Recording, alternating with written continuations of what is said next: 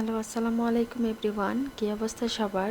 চলে আসলাম আরও একটি নতুন ডেইলি ব্লগ নিয়ে। আজকে রান্না করব ডিম পোলাও, তাই চুলায় প্যান বসিয়ে পর্যাপ্ত পরিমাণে তেল দিয়ে দিলাম রান্না করার জন্য। তারপরে একে একে সবগুলো ডিম দিয়ে দিলাম। ডিম দেওয়া শেষে তারপরে দিয়ে দিলাম একটু লবণ, যাতে লেগে না যায়।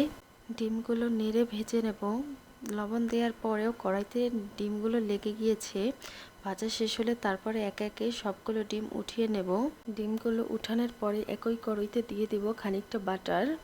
বাটারটা মেল্ট হয়ে যাবার পরে একটু নেড়ে তারপর দিয়ে দেব পেঁয়াজ কুচি। এখানে 1 কাপ পরিমাণে পেঁয়াজ কুচি ছিল। তারপরে পেঁয়াজটা ভালো মতো নেড়ে একটু ভেজে নেব। পেঁয়াজ ভাজার পরে তারপরে দিয়ে দেব গোটা গরম মশলা। গোটা গরম মশলার ভিতরে সব রকমের মশলাই ছিল। গরম মশলা দেওয়ার পরে একটু নেড়ে তারপরে দিয়ে দেব 1 টিস্পুন আদা রসুন বাটা। আদা রসুন বাটাটা ভালো মতো নেড়ে পেঁয়াজের সাথে মিশিয়ে নিতে হবে। তারপরে দিয়ে দেব খানিকটা লবণ। আমি আমার আন্দাজ মতো লবণ দিয়ে দিলাম, লাগলে আবার পরে দিয়ে দেব। তারপরে ভালো মতো নেড়ে মিশিয়ে নেব।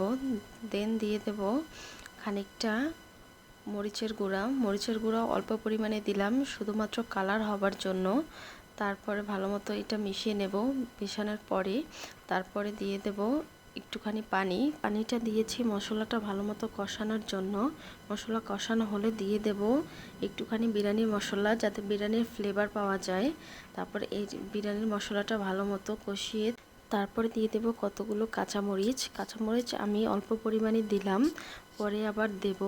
তারপরে একটুখানি দুধ দিয়ে মশলাটা ভালো মতো কষিয়ে নেব। দুধটা আগেই দেওয়ার দরকার ছিল, কিন্তু আমি পরে দিলাম, মনে ছিল না। তারপরে দিয়ে দেব ডিমগুলো। ডিম দিয়ে মশলার সাথে ভালো মতো কষিয়ে নেব। ডিমটা মশলার সাথে ভালো কষানো হলে ডিমের একটা কড়া ফ্লেভার পাওয়া যাবে। তারপরে কষানো হলে ডিমগুলো নামিয়ে নেব। একে একে সবগুলো ডিম নামিয়ে নেওয়ার পরে তারপরে দিয়ে দেব পোলার চাল। পোলার চাল নিয়েছিলাম মেজারমেন্ট কাপের 2 কাপ। এটাতেই আমাদের 2 জনের হয়ে যাবে। পুরোটা পোলার চাল দিয়ে দেওয়ার পরে তারপরে সেটা মশলার সাথে ভালো মতো নেড়ে নিতে হবে। ভালো মতো মশলার সাথে নেড়ে পোলার চালটা মিশিয়ে নিতে হবে। মিশিয়ে নেওয়ার পরে পোলার চালটা ভালো মতো ভেজে নিতে হবে।